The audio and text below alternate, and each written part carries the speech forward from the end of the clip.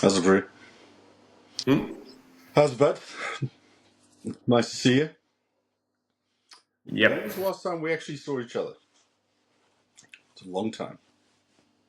I have no idea, man. You know, Paul, the first thing that struck me when I watched the podcast with Mac and Peter is that all of you guys have got far better memories than I have. So my wife gets to me that I've got dementia, and I don't know what it is, but it may be same of the results of dementia, right? So, but it would probably have been the Been like like what was it, the 20th 20 years. anniversary? Yeah, Yeah, which was a lovely evening. Yeah. yeah. Which is weird because when we speak, because we've spoken over the years periodically, and then with videos and stuff like that, it's something which I remark a lot, that it seems a very comfortable conversation that you have with people that you were at school with, even if you've had a long period between conversations. Yeah, I mean, I try and hook up with a broad range of guys, once or twice a year, right? And actually, for the first time in a long time, I spoke to Ruggiero for about 45 minutes Nice. yesterday or the day before. New Year's Eve, because his wife was harassing him a little bit that he should be helping, and in actual fact, I said to Ridge that, if you think of the greatest compliments you or people have been given, right? One of the greatest compliments I've ever had, top 3 or 4, was at the end of, Matric. McFarlane came to my parents and said that was the closest knit Matric class St. John's has ever had, right? Wow. And I feel it. I hope, and you and I have discussed this a little bit recently, that no one felt on the outside. I certainly personally never felt that I or others were innies or outies kind of thing, right? And so, yeah, back to your statement, right? When I speak to Ridge, I speak Dick. Actually, Dick last night, I spoke to him, wished him Happy New Year. Craig Pudding, Jeremy Pettit, I hadn't touched base with him in years and years and years. Tony Pops about a year ago. Matt Hind, Matt King, Guy Worthington, who we invited to be on this, and he read the Yeah. WhatsApp message. And he didn't accept, Bailed. right? Yeah, he bailed on us. Yeah, so I'm sure I've missed a couple of folks out. But yeah, I love the conversations. And every time you have a conversation with, guys from college, it's just like so real, man. It's so authentic. I agree. We chatted yesterday, I think it was, and I find from my time in America that Americans generally form those sort of relationships in university. I assume the elite private schools in America are similar to St. John's and Hilton and Michael House in terms of how they have old boys networks.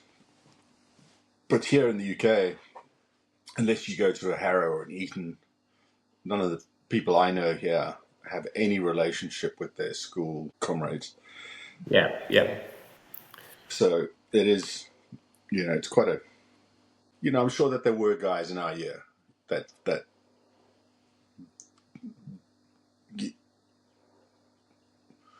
have just moved on and St. John wasn't for them. But by and large, yeah, it was something I was going to touch upon. So you were there from 84 to 88, Matric, removed to Matric, and you were in Clarke House. Yeah. Yeah, in those days, those Nash halfwits, including yourself, right? They always think they're special, and that came through on the prior one. And Clarke was relatively new. When I came to the college, I didn't know what Clarke was, right, or any of the houses, and you just went in there, and we probably had the softest headmaster, housemaster. I can't remember what his name was. So I definitely knew I wasn't with the real guys, but we had Andre Crawford Brunt. I spoke to him maybe 6-9 months ago.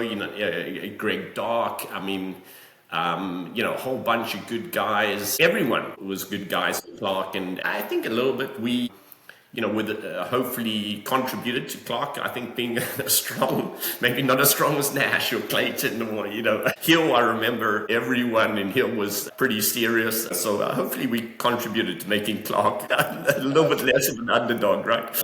Oh no, definitely you had a strong yeah. I was going to ask, totally in jest, but has being in Clarke been a handicap in your life? Subsequent to, but no. Yeah, yeah, and all right, obviously you're joking, and the answer's obviously not, right? But No, but you mentioned those names. There's Darky, you know, Andre, obviously, yeah.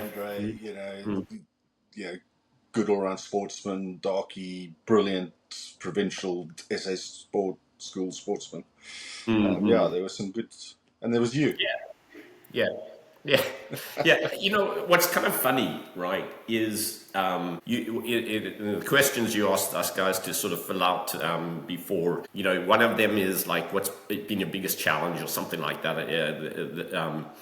And It was it's like actually, the year you yeah, spent in Nash House when you were born. yeah, not quite. I won't give you that. But and I was talking to Ruggiero about this too, right? Because him and I seem to be similar, right? I don't know if you feel this way, Paul. So I'd be interested to get your perspective. But in a way, my greatest strength and my greatest weakness is that I have certain principles and values, obviously, from schools like St. Peter's and especially St. John's, and especially the kids that were in our class, right? I don't think the teachers, you said, who's your favorite teacher? I struggled for that one. But if you had to say to me, who are the top 30 people in my life who've shaped me, I'm telling you now, 25 of those would be from college, right? And so like my challenge in a way, and I worked for Chevron for like 16, 17 years, and it was bad, and eventually I wanted to get out, they wanted me out. I was fighting with people at a very senior level, and so a long-winded response is that I feel like you're either on my side and you have my values and principles, or you're not, and I don't care, right? Mm. And then I feel like I'm very individualistic, right? So what Reg and I were saying is that's a bit of a paradox, right? On one side, you conformist, but you conformist on your rules, right? And then within that conformance, you're incredibly individualistic. Makes sense? Yeah. And that's why I could be a lot more senior than the guy who hired me from Chevron, which is obviously a country, it's bigger than multiple times in South Africa, is the vice chairman now, right? And if I'd been able to conform, I would have been there, or he's 10 years older than me, maybe in line for that sort of job, right? But I just, I have my principles and values, and that's who I am, and you fuck with it, and I'm not cool, and I very quickly moved you to one side or the other side, right? And now whether Clarke impacted that, or brotherhood that we had as classmates, or you think how we behave relative to the teachers, you know what I mean, right? It was us and them. It wasn't that we got to collaborate here, right? Yeah. So what do you think about that? Do you have the I same agree. I characteristics? think there's a few topics there which I want to touch upon. You obviously, you're the second head boy. I've only done 2 college recollection podcasts. This is the second one. And John Mack was head boy in '86. You were head boy in '88. But I think that you were spotted as the sort of one of the leaders and potential head boys. Yeah, at 14. You were able to be, and we had a lot of fun, and we got up to a bit of mischief. But you tended to know where to draw the line, or at least not get caught. Whereas I was a little bit more fey about it. But you mentioned that, that ability to, and I think I've had that in a way at times, sometimes for good, sometimes for ill. But you were always quite steady. Yeah, it was something that, it stood out to all of us. that you were like. I don't think it was probably the least controversial head boy vote in decades. There was nobody else. I think there were a ton. I mean, we all know there were a ton of great guys, right? Talent and everything else, but Yeah, more talented than me, that's for sure. but it wasn't. It was the nature of who you were, and I'm not blowing smoke because we've had these conversations. We had our fallouts and Matric, and I went one way, you went the other for a while, and then we became mates again. I wound my neck in. But like Harry is one of the most talented sports individuals I've had the privilege to know. No, absolutely. It was effortless, but he didn't want to be the head boy. Yeah. It was not something that was in his plan. Yeah. And it wasn't that you were lobbying for it. It was just that's who you were. That was the nature of you. So revolving back to what you're saying is, I think a lot of us had a core set of values. Not all of us, but sometimes not all of us stuck to them as assiduously as you did. But yeah. No, I mean, maybe we can touch on it later, but probably the only thing that pisses me off about college is, and I actually never ever said this to him, right? But how, Bradley George was treated, right? I mean, even today, it gets me in my gut. I'm pissed at that, right? Let's dive in there and put things. But let me just say this. Paint the picture. Sorry, yeah, carry on. You know it well. Go ahead. Yeah. Well, there was traditionally it was the boarding house antics, and that was that at some point in the distant past, somebody had purloined a key for the kitchen storerooms. The story, I never went, by the way, but the story was they used to get a rope. I don't know if you ever went, and literally from that balcony they used to load the roofs out, which is fucking crazy. But, yeah. And it wasn't that we were starving. It was the challenge. Yeah. And you'd go in there and you'd swipe a few bits and a couple of bottles of beer and things like that. And then the next year the key would get passed down.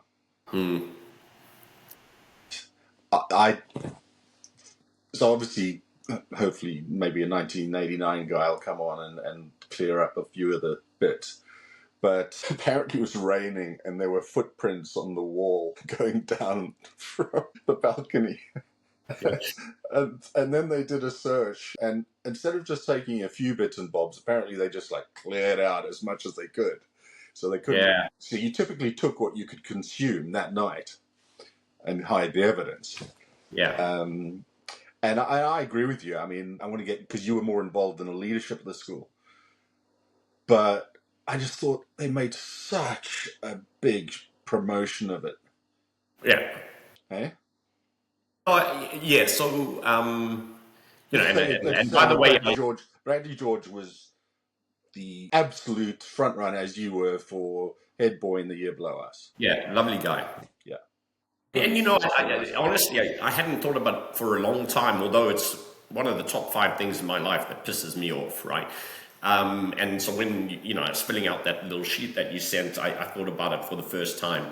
And I actually didn't write it the first time I went to the end, and then I reviewed it, and I thought, actually, man, that pisses me off. And so this is my understanding, because I wasn't a boarder, right, until Matric, right?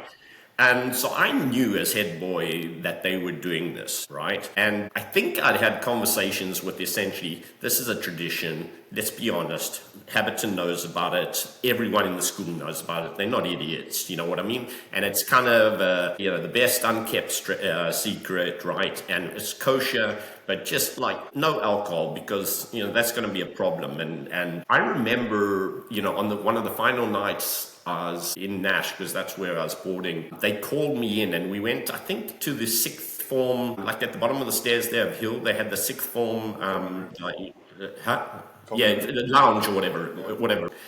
And so I went in there, and there were a bunch of these guys, And I don't even know if Bradley was there, right? Probably 4 or 5 guys, and they had ice cream and beers, like, like what the hell? And by the way, in all of this, forget the safety issue, right, of how people were getting down. That was never discussed, right? That would be the top issue, yeah. And actually, the teachers would be in deep trouble over that issue, right? It was, these bastards are stealing, right? Yeah. And so they offered me like a beer, and I said, no, I'm not going to do that. It's not the right thing example. I can, And then I think they went the next night, and I'd gone home or something like that, and Bradley was there, and they'd taken alcohol. Now, when I was there was alcohol. And, in a way, I could have said, hey, guys, man, this is fucked up, man. The consequences, think of the risk reward, right? Ice cream?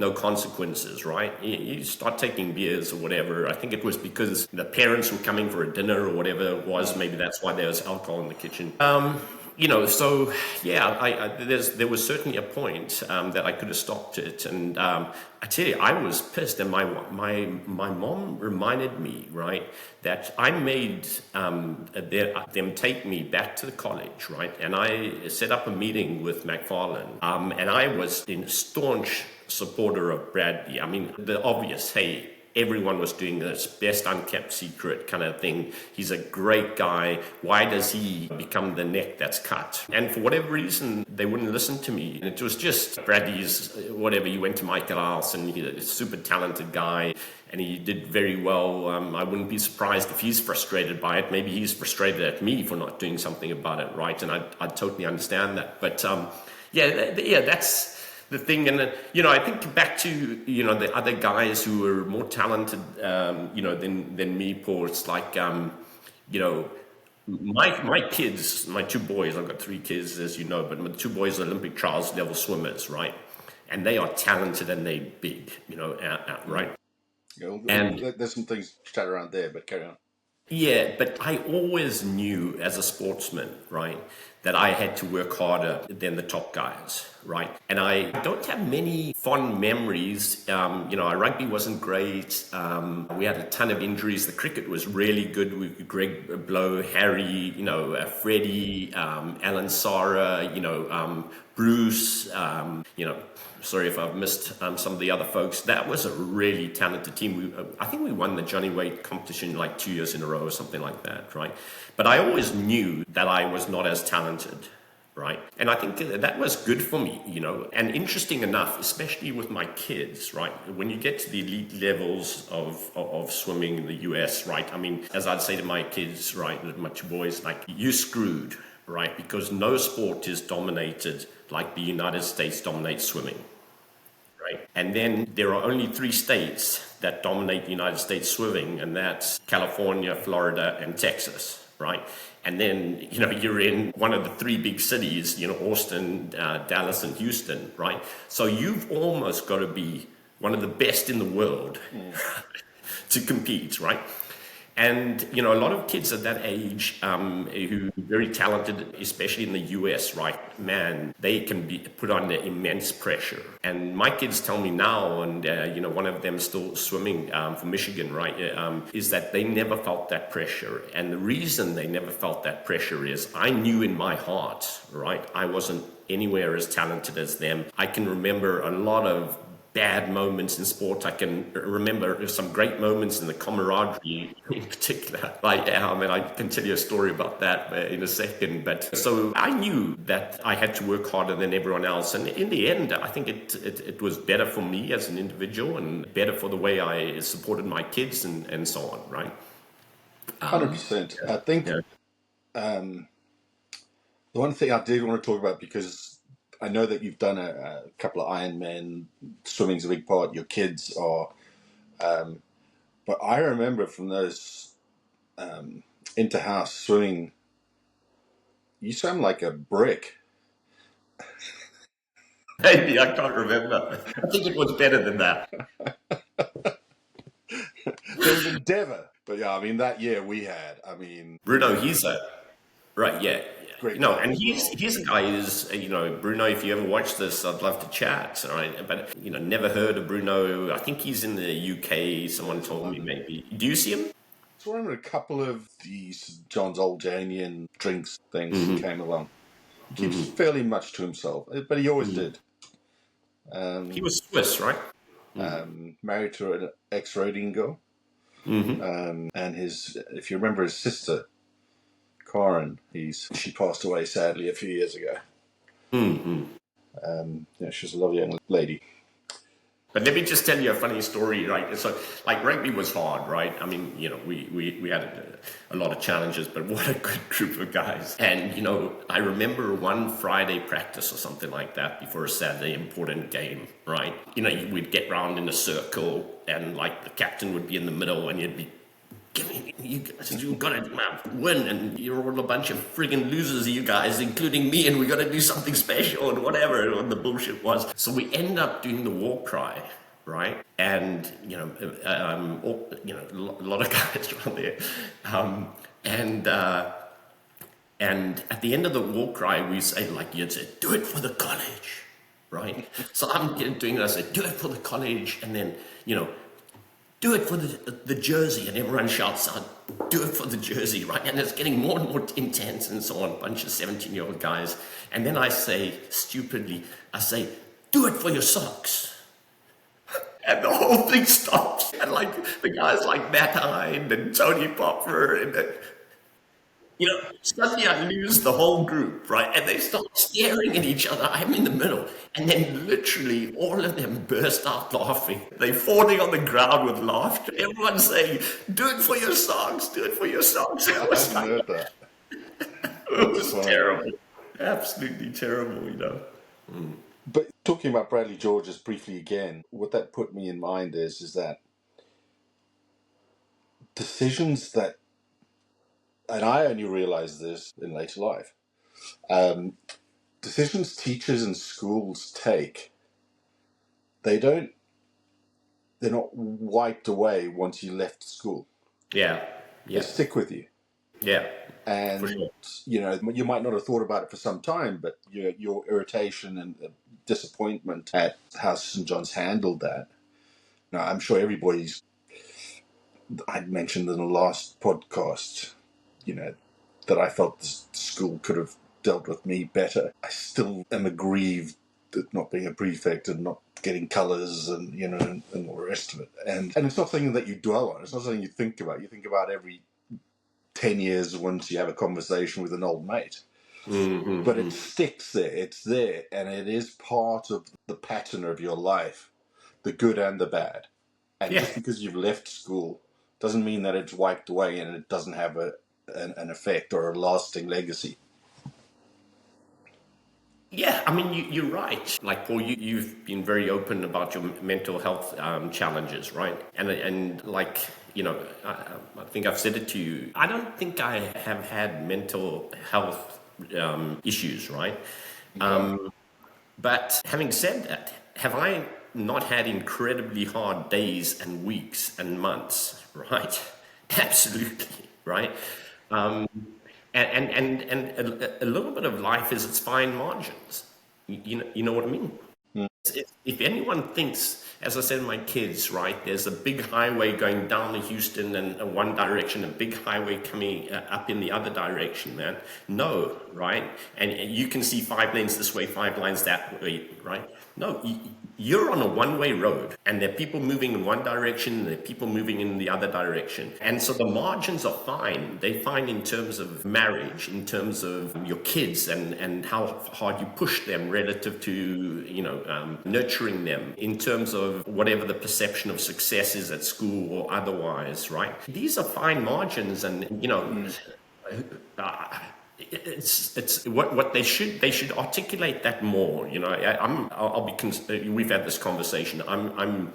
I'm very conservative from a American politics point of view, from a government size and so on, and very liberal in terms of what you may do. Social, and whatever. I'm not interested. I'm not God, right? Who am I to judge, right? But so I'm a strong believer in meritocracy. Right. But I think what they could have said better, to us at college is the establishing the context. Right. I mean, it is a meritocracy, but you know what? Hey, your first Some team, people are more equal than others.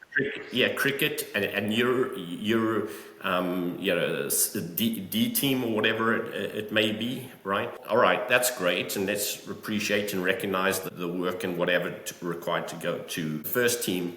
But all right, first team guys, all right, there's leagues above you. Right. So if you're thinking you king shit, you're not, right? And so, teach more of humility and embracing kind of meritocracy, but in a way that like there is context and respect, right? And again, my two boys, is what I've learned from swimming, because in swimming in the US, you start at the like 6, 7, 8 years old, and it's called summer league, right? It's 2 months, April, May and June or whatever, and it's your neighborhood, and it's really fun, and they're jungle gyms and lollipops and stuff. And then you think you're doing good there, right? And then you go to the regional level and the state and the national level and so on and so forth. And I always say, if you think you king shit, right, in your league, in life, in anything, you just don't know the leagues above you. There's always a league above you, right? Yeah.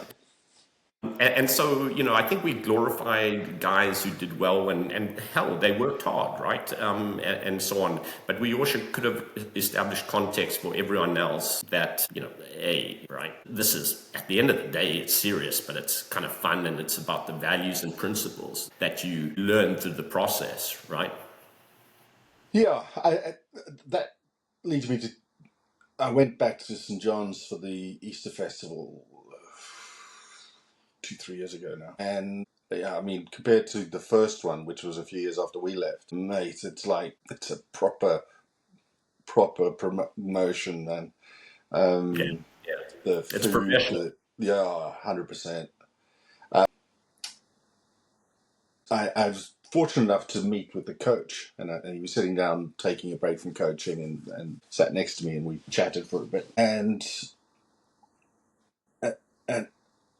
and I've looked at some of the results from the other Easter tournaments, Saints and Keza, they've all got them now. And it's the traditional schools who are pumping the smaller private schools and government schools and semi-state schools.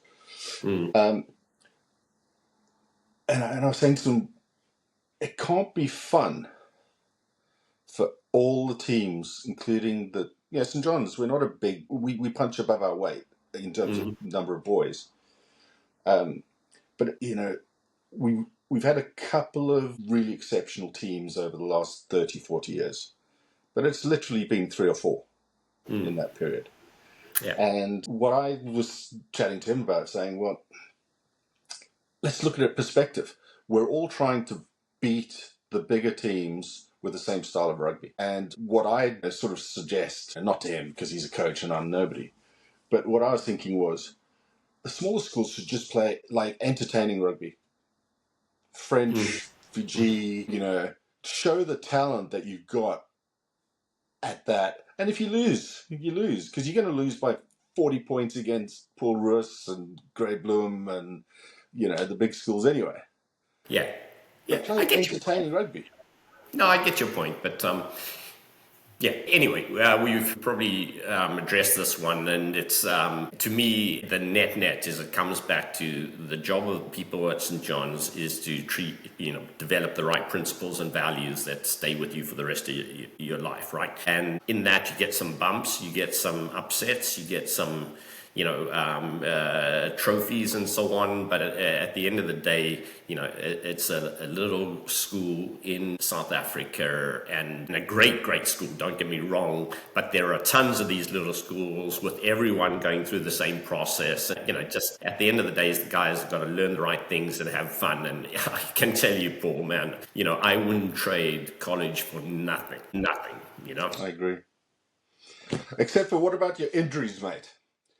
Because I remember my father, we were driving back from rugby in about 1986 on a Saturday, playing under 15 or whatever it was. And my dad turned to me and says, why is Nick always... No, it was always Tanners, it wasn't Nick. Why is Tanners always injured? I don't know, man. Yeah, I gotta be honest. That's been on my my mind ever since. But I was sitting behind you in history, Mm-hmm. and when you got one injury, do you remember? My hand, Yeah, when I hit that guy, I can't even yeah. remember who it was. No, we He were in freaking class. painted on my shirt. I was wearing, if I remember correctly, please keep me honest here, right? We went in there just maybe after school or something. They were painting any varnish or something, maybe as a, No, this must be I another don't, time. oh, it's another time? Yeah, Yeah, we were in what, history class, yeah, and Jeremy Pettit was sitting in front of you. I was yeah, sitting behind you, yeah, and we were all hitting each other and throwing stuff. yeah. And Mr. Drinkwater, I think it was, turned his back to us for a moment. And I've never seen Jeremy Pettit move this fast, but he He swiveled was around. fast, actually. He could for a big guy, right? Yeah. Yeah, he swiveled around, smashed your hand, which was just sitting on the table, and then turned around. Yeah. I can't remember what injury that was. I remember I hit someone because they put paint on my white shirt, and I freaking broke this bone. But I think at the end of the day, Paul, like I just wasn't. The evidence is overwhelming. I wasn't very resilient. You know what I No, mean? no. I think standard 7 and 8, you had most of your injuries, but 9 and Matric, I don't think you had one leg injury, I think, in Yeah. 7 and 9. But Well, the the worst rest of the time injury, you were fine. because I'm gonna pay for it, later, or maybe even sooner than later. I think it was Paul Edwards, right? He was in Clayton, right? Remember Paul Edwards? Mm. And you were right in the Mac and Pete podcast, right? We did play Yeah, I'm sure we did. inter, 85. whatever. Yeah, on Gaudy Day rugby, right? And I'm pretty sure it was Paul Edwards, right? I mean, he was a good kind of aggressive kind of dude, right? I can't remember how good he was at rugby, but he was a serious fella, right? If he wanted to run at you, he didn't go round, right? And he just went straight into me. I tackled him and just plowed into me. And somehow his knee hit my knee or something, and that was a big injury, right? But I actually, the other guy I spoke to in the last 2 weeks is Greg Crosley. I normally call him, he's useless in calling, as most folks are. But he called me, and we were laughing, right? He's now playing ice hockey. That's his main Oh, really? sport, right? Yeah, and he's he was. They always say he's like, I don't know what the word is that we used to use. Someone who's a lunatic and dangerous in sport. You know what I mean? Yeah. And they said to him, yeah, the Australians, the ice hockey, right? Like, yeah, man, yeah, you're fucking crazy, dude, right? And I was like, yeah, I say, Greg, man, when I went into ruck, right, or more, I didn't look for the other guys from the other team. I was making sure you didn't come in and wipe me out. Yeah, he had the orange hair fury. Yeah, oh man, and he was like, he would just focus and freaking, he's a lovely guy. I got a lot of time for him. Yeah, he's always a quite nice guy until he switched. Yeah, yeah, I remember yeah. we were sitting on our wall, remember at break, we'd sit across the road from the tuck shop, and Mhm. I might have been giving some lip, it wouldn't be unheard of, and he just lost it. And he just I can see that. Yeah. started choking me. And I thought I was laughing at first, but then I was starting to go unconscious. And then Brian Island, I think it was, he jumped in and said, "No, he's actually being serious, guys." Brian would have always given a sober perspective on things, right? But Kind of a good guy to have it around wasn't the when you first needed or it. last time someone tried to throttle me. Yeah, those guys are just so special, man. Just I tell you, yeah, Paul, I think I went back that 20-year anniversary and just I made a speech there. It wasn't very good in actual fact. I was a little bit disappointed. But one of the things I said, and I think you were there, right? Obviously, right? I'm sure you don't recall, right? Was something like, I brought up my kids, my wife and I brought up our kids to be values and principles are everything.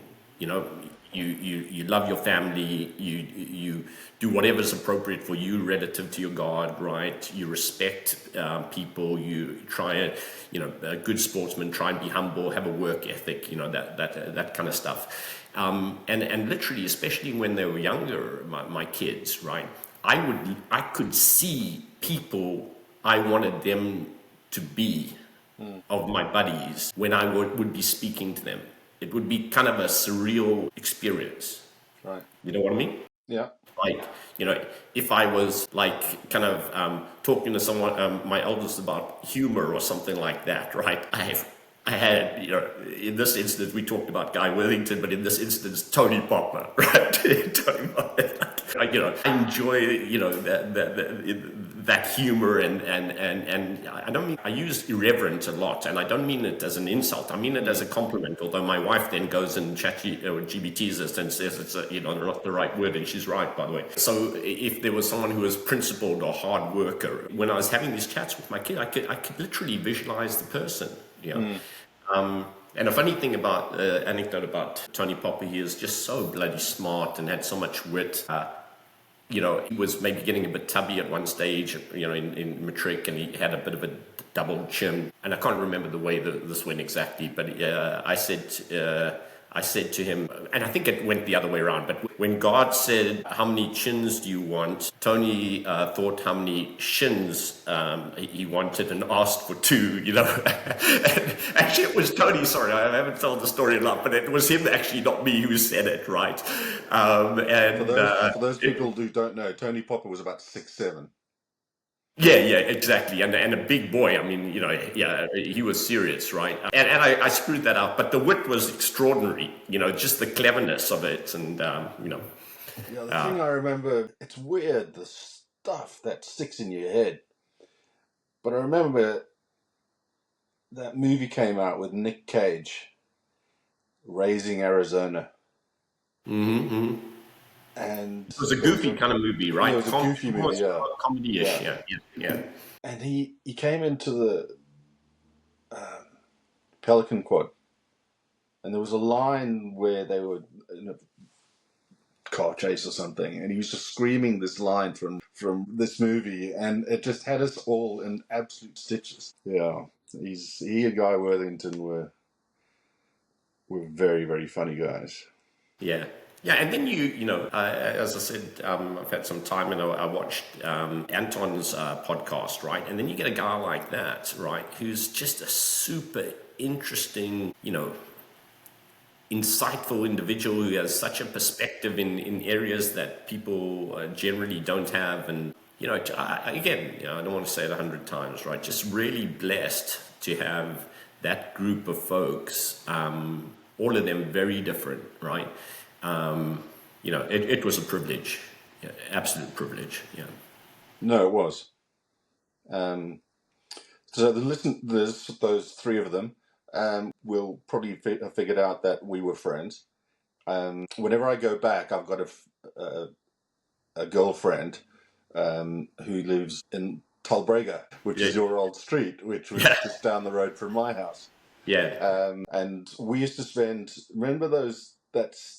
It was like 2 classes a week that we used to sit in the library because we weren't doing something. And we never did any fucking work. And I was thinking about that the other day, and one of my earliest memories of us sitting in there was Lawrence Cook was in there.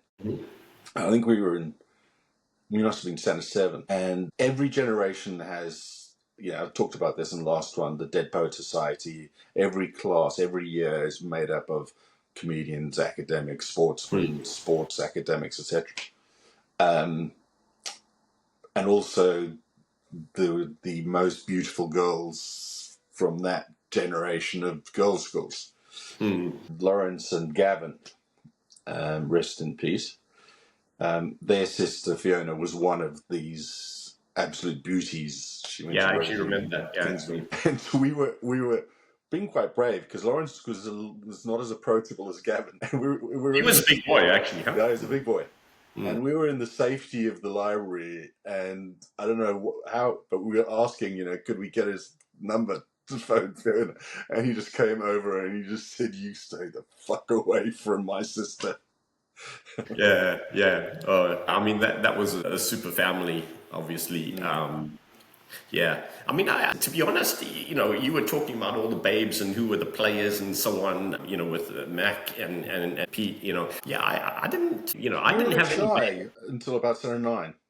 Yeah, I don't think nine. I think Matric pretty much. I didn't have babes. I don't think they paid any particular interest in me. Yeah, it was. But you guys, I mean, I obviously would go to parties and there were a whole bunch of you guys, and you were just making out with all the babes, and I was like, oh, okay, well, maybe my time will come. Well, I did. So, do you remember wearing the sash on holiday for the Matric holiday? Say that again. Sorry. Do you remember the sash that you wore for about 2 weeks on Matric holiday? No, no. Why? What So happened? I remember you drove, because we all went down. I can't remember where it was. Was it Southbroom, or I can't remember where we went. But you drove down with Dick Wilkinson. Yeah, yeah. In And you had a the red convertible. convertible Golf, right? Yeah. Yeah. And you idiots had your tops off, Yeah. the roof down, seatbelt on.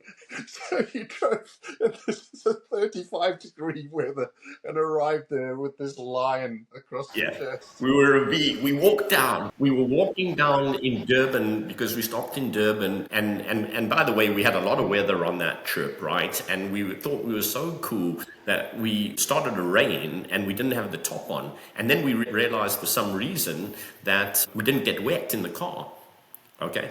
I don't know how it worked, right? So we're driving down that road, between Pietermaritzburg and Durban, right? We got all the windscreen wipers, and we're sitting there with no shirts on, and and then when we got to Durban, yeah, everyone was looking at us and laughing, and we couldn't figure it out. We thought we were so cool, and then we looked at each other like, "Hey, dude, what the hell, man?"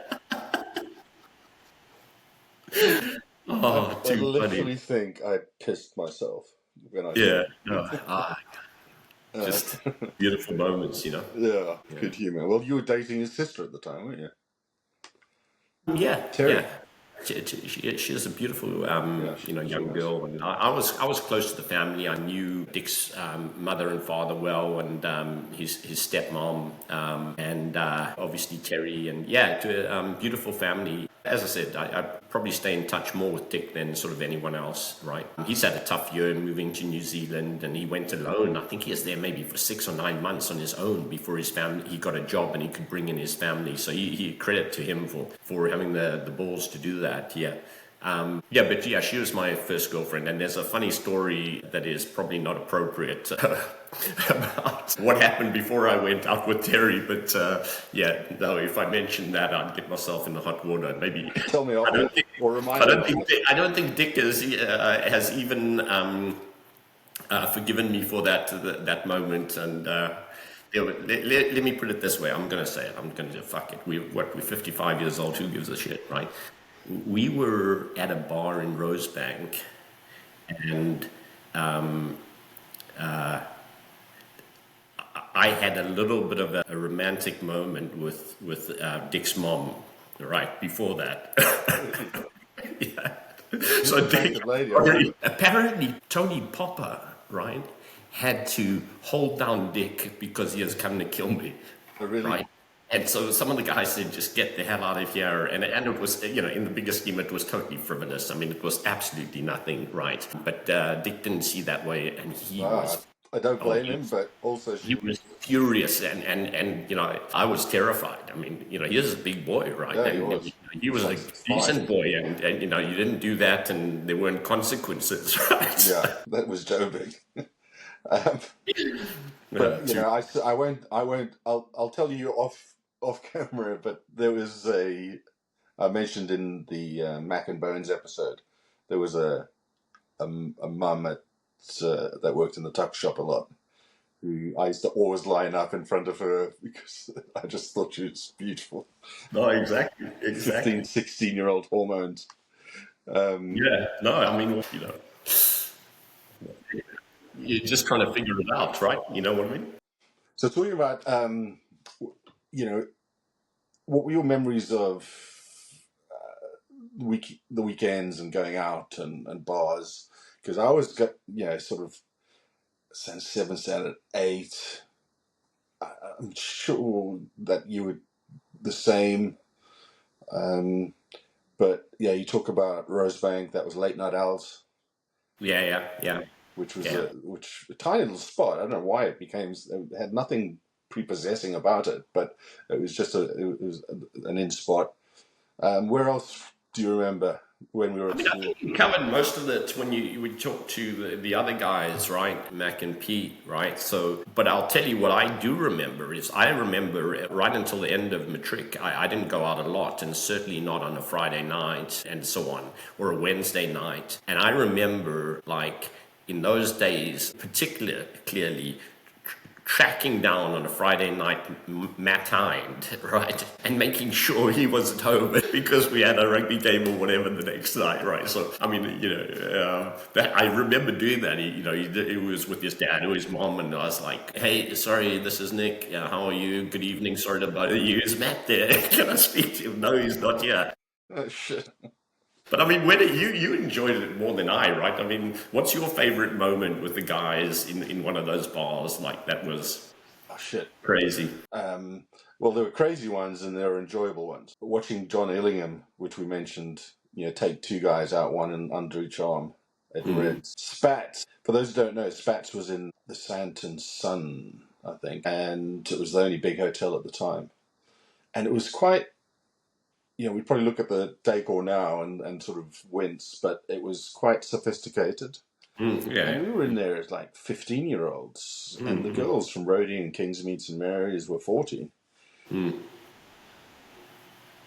So that was, I remember there was a fight at the Pullman, and Graham Wellington got a bit of a pasting from some guys. I'm not surprised at that. Yeah, There was an inoffensive guy there. A big mouth and small muscles, right? Yeah. There was another one where I didn't Graham want was to a take lovely my guy. Yeah, lovely guy. Yes, a lovely. Yeah, Graham Wellington, for those who don't know, he started Wild Earth TV, which another one of our schoolmates, Andre, is now pushing forward. It's just remarkable how, and one of the reasons why I wanted to do this is how remarkably different the trajectory of each year's class go and what they've done. Because you grow up and you want to be a dustbin man or a policeman or a doctor or a lawyer, and then you take a survey now and you look at what Anton van Niekerk's done. Look at Ant Steele, look at the artwork that he's doing, the street art. We've got doctors, we've got lawyers, we've got scientists, we've got businessmen, we've got just a remarkable swathe of talent, which we if you decide to do an Absam one, then we can talk about yours. But you talked about the Matric the Matric holiday. But before that, do you remember the events of the Matric party that you hosted at your house? We were so lucky. That's again, top 5, thank God, moments. Let me just put it in context. So there's 1988. I know the drink driving's changed a lot, but back in South Africa, in Joburg at the time, it was massive. Yeah. Every single year, there would be 2 or 3 massive September, October, November, December, where there'd be car crashes with boys typically killed, fast cars, lots of booze, and I don't know if the tradition is the same, but back then the head boy hosted the end of Matric year party. I'll let you go. Yeah, I mean, it's one of those top 5 thank God moments, right? It could have ended so badly, and thank God it didn't. So what I recall is, we were at my house, we were in the swimming pool. I think Ricky, I chatted once in a while to Ricky. He sent me a photo, and I'm lying on the ground on his lap. And we had do you remember we had a lamb on the spit? Yeah. And just tons of beers and so on. Which all got And thrown into the pool and were just yeah, lying on the yeah, it bottom of was the just pool. the Yeah. biggest, funnest thing on the face of Yeah. the earth. We just thought we were kings of the world, right? And by the way, just to go back to your point before, right? Um, the sad thing about South Africa, and there are many sad things, right, is how fragmented families and friends have become because of the immigration, right? But boy, can you imagine, Paul, if we were all in South Africa, and we had those 120 guys, whatever it was, right, with all their skill sets, and we had really stayed connected together. I mean, oh my God, who can imagine it, right? But anyway, back to the barbarian party, because that's what it was called, right? So Freddie, I think, had the beach buggy, correct? Yeah, Souped up yeah, 28. No, yeah, is it? Yeah, yeah. yeah. And it was, I think it was Argyle or Athol, and the intersection of Talbraga, and they were coming down the hill back to the house. And as we all know, right, because I don't think any of us will ever forget that moment, right? There was a loud bang, right, at the house, and we all were terribly drunk, right? But we all knew that wasn't good, right? And then we settled down for a while, and then, I've never, so in the car was Freddie, right? Ricky. Ricky, and there was one other, I Yeah, can't there was one remember. other. Yeah, not Greg Fatidis or something like that. No, and then there was I've never got to the bottom of this. Potentially Graham Wallington, right? And maybe you should have him and chat to him. Well, they went through the stop sign, right? They hit a car, a station wagon, or so on, and they all flew out. And basically, the three of them went straight out of the car. Can you believe it? In today's terms, holy shit. And onto the Talbraga Avenue, and they were just ripped to shreds. Yeah. I mean, oh They man, just slid. right? Well, they're all in Yeah, shorts, and that's it. yeah, swimming costumes and that. And I heard the story that Graham Wallington was flicked out and went onto the grass, and he walked down, and he was the guy who told us that there was a problem. I don't know why I've never asked actually Graham that question. And so when we started to run up there, right, it was, I mean, an accident scene. The traffic was slowing down. I don't think the police were even there, and these guys were in pain, right? They were just screaming, man, really crying, screaming, traumatized, and so on. I wish Freddie, Ricky, and I can't remember the other one, right? And, eventually we called the ambulances, which wasn't so easy in those days, right? You had to run back down to the house and call 911 or whatever the equivalent was. And then there were two ambulances, and I went in one of the ambulances with, I think Ricky was in the ambulance as well, maybe Freddie as well, and maybe that's why I remember those two, right? And then we went to the Johannesburg hospital, and they were obviously okay, right? But I remember, Paul, right? They scrubbed those dudes. Can you hear me?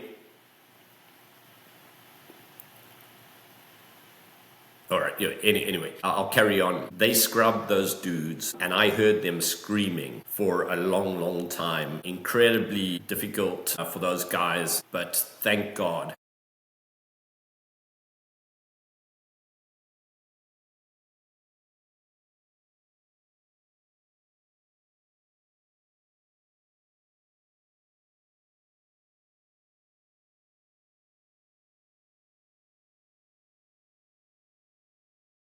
Hey, man. Hi, sorry about that to the audience. I'm not sure what happened, Yeah. but we're back. Yeah. So I'm not sure where I ended up. You were in the ambulance. Yeah, okay, and they were in tough shape. They got in there, and it was a serious situation. And one of the things I clearly remember is they were scrubbed, right? They were clean. Those guys were screaming. I can hear it still kind of today, right? Man, they were in bad shape. But thank God, Jesus, that could be a day that we just regretted for the rest of our life, and there's fine margins, right? Or back to where we started. Fine margins, man. That same year, I remember there was a terrible accident where 4 guys died in Parktown. I'm not sure if they went to Parktown, but that's where the crash happened. It happened to the year below us. Um, I always describe growing up in the 80s in Joburg as a modern sort of diversion of what the frontier in America was like.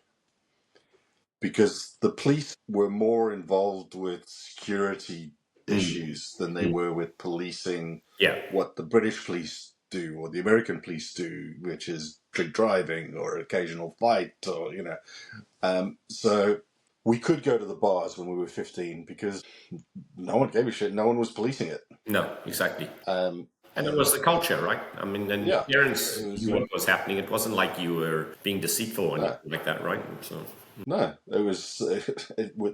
They would drop you off at Spats yeah, for sure. or Reds, and here's 20 rand. Yeah, Try not to throw up in the car on the way back or something. yeah, It was amazing time in some ways and a terrifying time that when you think about what could have happened.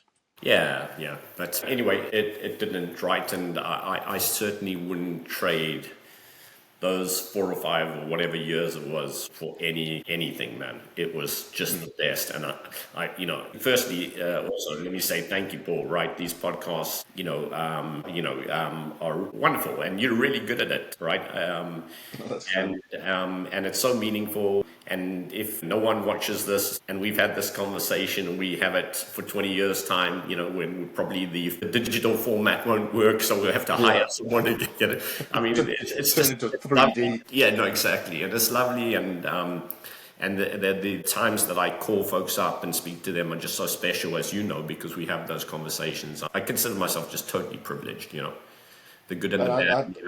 I think it'll be nice for our kids to see these one day as well. Because, as I told you the other day, my father passed away, and I'd asked him to start writing his biography, and he did a couple of chapters before he passed away 2 years ago. And he wrote stuff which I didn't know about. Here's a man who's been in my life my entire life, and there were these wonderful stories which I was unaware of. Any sort of last tall tales from a rugby tour or? I don't think so. I mean, I think we've covered a lot, and I'm Do you sure. remember the bus trip from athletics when we were coming back on the bus?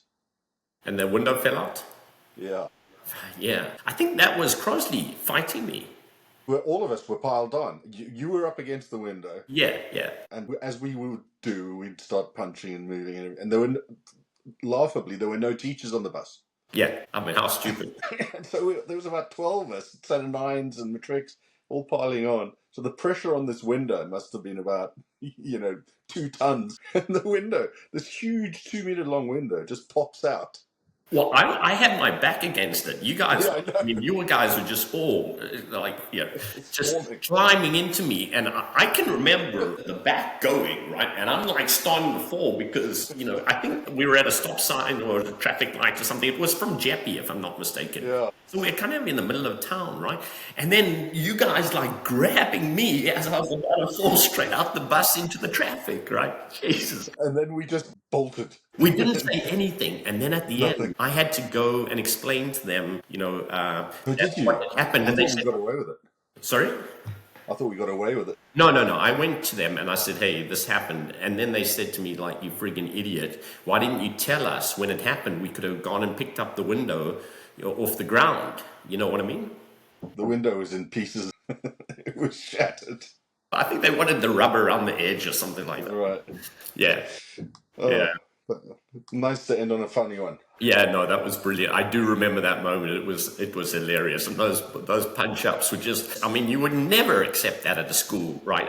We were all best friends, but you were, I mean, if you could take the guy out, you'd try to take him out. You agree? For sure. Wait, we wonder why there were injuries.